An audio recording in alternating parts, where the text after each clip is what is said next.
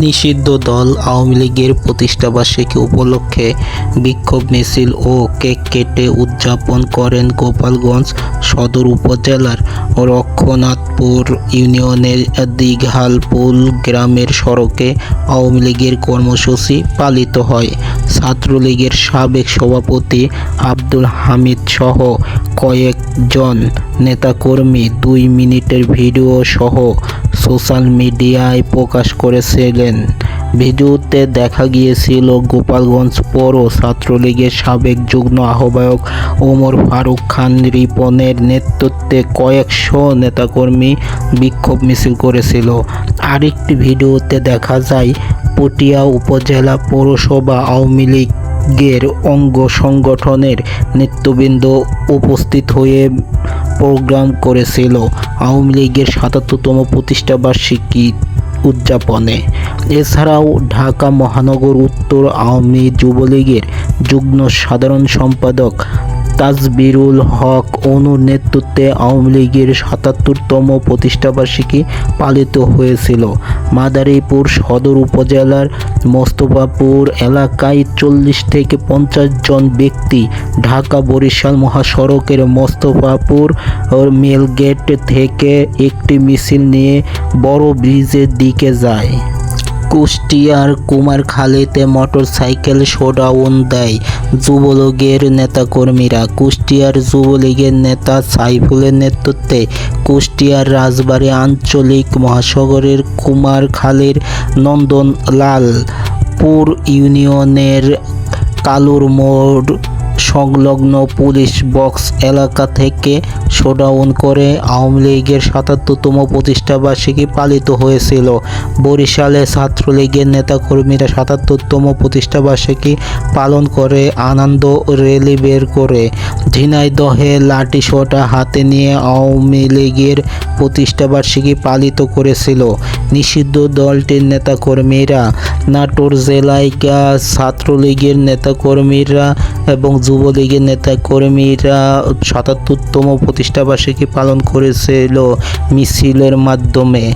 বাংলাদেশ আওয়ামী লীগের এত নেতাকর্মী কোথায় থেকে এলো প্রশ্ন এখন বাংলাদেশের জনগণের কাছে।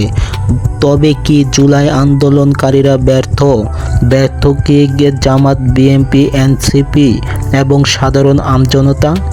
ব্যর্থ কি বাংলাদেশের লক্ষাধিক ছাত্রছাত্রীরা?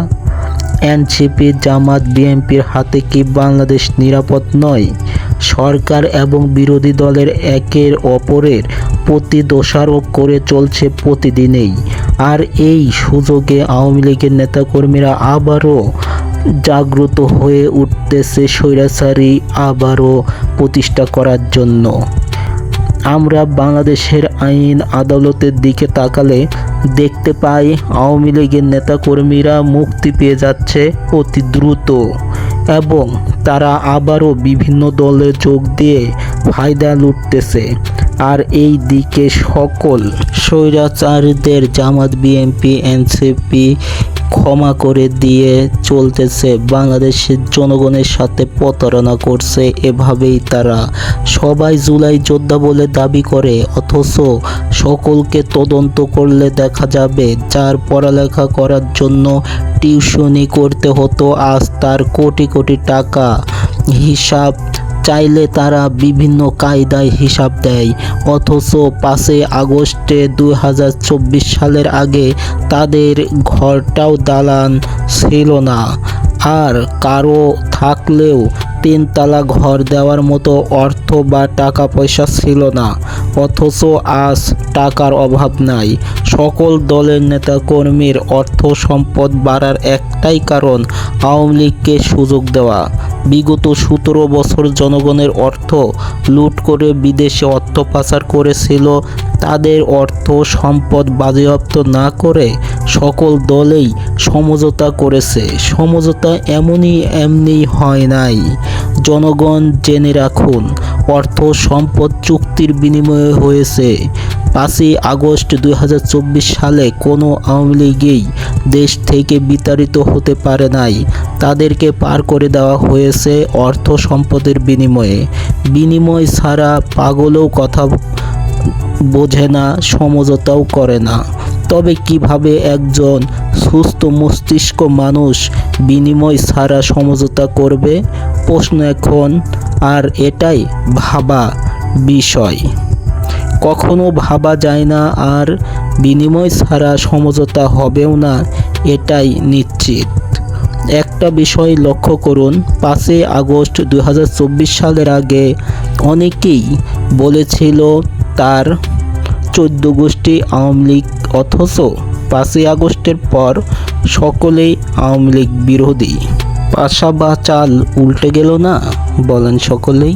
17 বছর বিরোধী দলে থেকে দলের জন্য, দেশের জন্য ত্যাগ স্বীকার করে দেশ ও জাতি রক্ষার্থে আন্দোলন সংগ্রাম করেছে যারা, তাদেরকে দূরে ঠেলে দিয়ে নব্যদের প্রাধান্য দেওয়ার প্রতিফল আজকে পেলেন জুলাই আন্দোলনের পরবর্তী নেতাকর্মীরা।